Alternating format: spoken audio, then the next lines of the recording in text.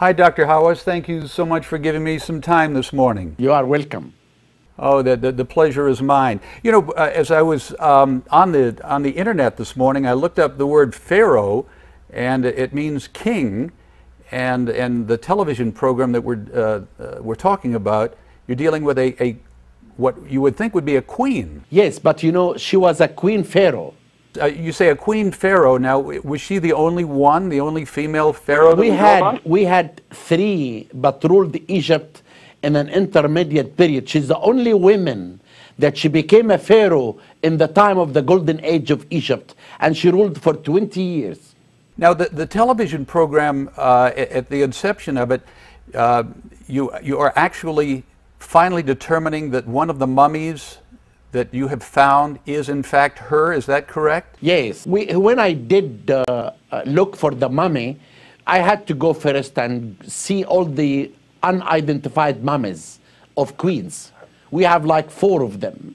And I took one of them from the Valley of the Kings and I put them under the CT scan machine. The CT scan technology can really go inside the mummy. It shows 1,700 photographs. It shows how the person died, when he died.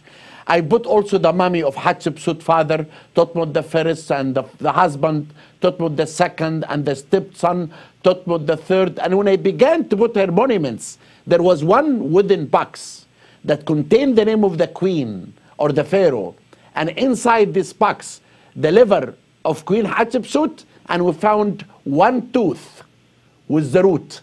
And that tooth led us to identify that tooth with one of the mummies that I found. Now, when you say a CT scan, is it the same as a CAT scan that we might have in the medical field today? Exactly, the CAT scan that you see in any medical school that really shows inside the body. The CAT scan shows the teeth of the person and his body. That tooth that I found in the box, we made a survey in the 4 mummies of queens, and I found that the one that I moved from the Valley of the Kings and from the tomb number 60 is the one that missing that tooth. Means this is Queen Hatshepsut. And I began to put that for DNA, and I found that the mummy of Hatshepsut is similar to the mummy of her grandmother, Ahmose Nefertari. And we found that Hatshepsut died in the age of 50. She died because of cancer. Now we are sure that she was not murdered or her stepson didn't destruct her monuments. This is not true anymore. Now, when you talk about her stepson, let's go back a couple of generations to, was it the first pharaoh that would have been her grandfather, or did she marry into that? She married her her brother, who's not really a half brother, Thutmose II. And Thutmose II had a son who was supposed to be the king of Egypt, Thutmose III, but he was young. And I really believe that Hatshepsut did not take the throne by force. She wanted to restore the image of Egypt in that time. But because Egyptians cannot accept a woman to be a pharaoh, and therefore she wrote a story in the temples that she's the daughter of the god, and she also acted as a male pharaoh. What type of a queen or a female pharaoh was she? Was she benign? Was she autocratic? You know, we found she was a very strong lady. She was obese. She died in the age of 50. She ruled for 20 years.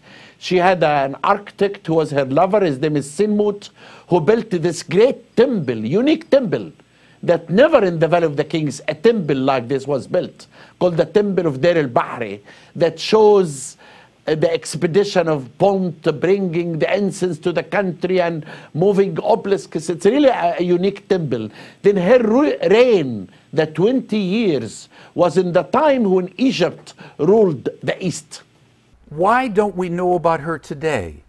You know, because she was not in the movies like Cleopatra or Nefertiti. But actually, recently, the Metropolitan Museum of Art and the De Young Museum made a beautiful exhibit about Queen Hatshepsut. Now, We really have to consider she was more important than Cleopatra. She ruled more than 1,000 years before Cleopatra. She was important than Nefertiti because Nefertiti was not a pharaoh king, but Hatshepsut was a pharaoh. The first woman to have this power to rule Egypt for 20 years. I'm going to direct my viewers to the show. You've written a number of books. You even have some children's books. You can read more about that. But in particular, you have a program on the Discovery Channel on Sunday, Secrets of Egypt's Lost Queen. And I would assume that in the future that will also be on DVD. Is that correct? Yes, I think, and it's going to be the most thrill and adventure film of a discovery. I cannot wait. Thank you so much for your time this morning. Thank you very much.